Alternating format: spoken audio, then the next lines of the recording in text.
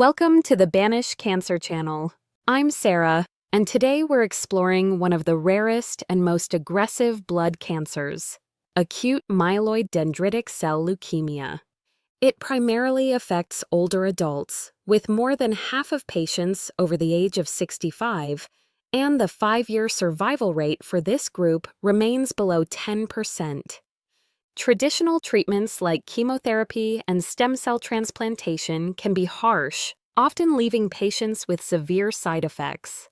That's why researchers are turning to a new approach: dendritic cell-based immunotherapy, a treatment designed to harness the body's own immune system to fight leukemia cells. So, what exactly are dendritic cells? Think of them as the immune system's master messengers. Their job is to capture foreign substances, process them, and present them to T cells, the soldiers of our immune defense. This bridges the innate and adaptive immune systems, ensuring a coordinated attack. When dendritic cells mature, they migrate to T cell zones, present antigens, and activate a powerful immune response. That's why they're so important in cancer treatment. Here's how dendritic cell therapy works.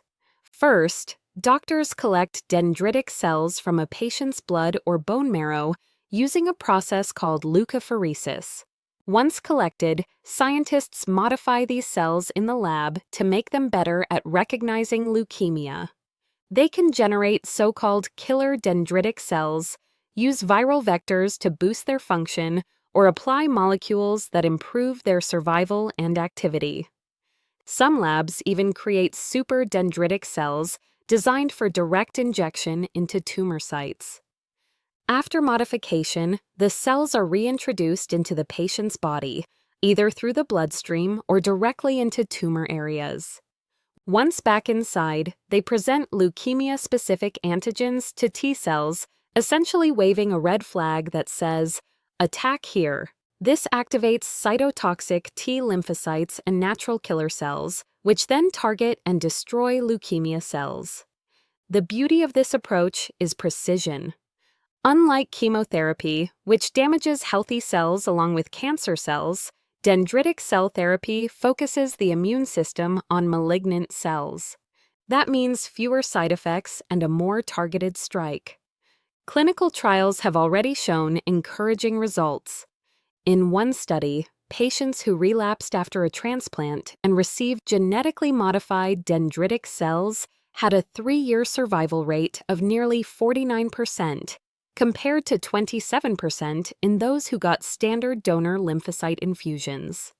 Another trial using dendritic cell vaccines in relapsed acute myeloid leukemia confirmed both safety and efficacy. And when dendritic cell therapy was used after chemotherapy-induced remission, the complete remission rate reached an impressive 83% in patients with early relapse.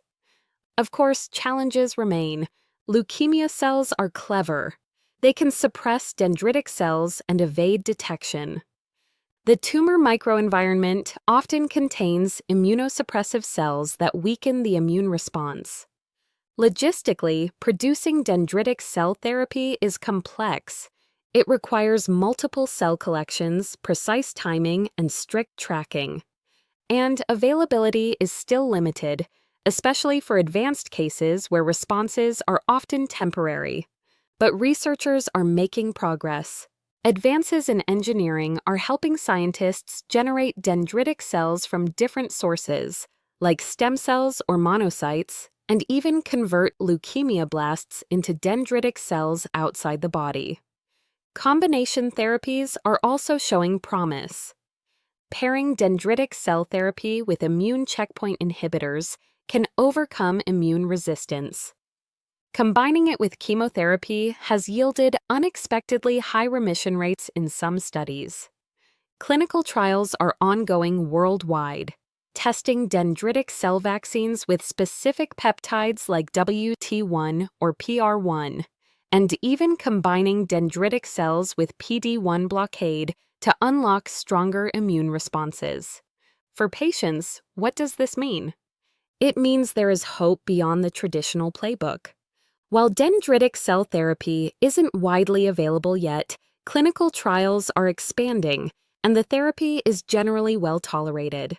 Side effects are usually mild, such as flu-like symptoms, and far less severe than those caused by chemotherapy. As research continues, access should grow and outcomes should improve. The takeaway is clear.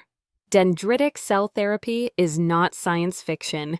It's here, it's working in trials, and it could reshape how we treat acute myeloid dendritic cell leukemia. By teaching the immune system to recognize and attack leukemia cells, this therapy offers a more precise, less toxic, and potentially more effective option for patients who have had too few choices for too long. I'm Sarah, and this has been the Banish Cancer channel. Thank you for watching. If you found this helpful, share it with someone who might benefit. Knowledge is power, and together we can bring hope to those facing the toughest battles.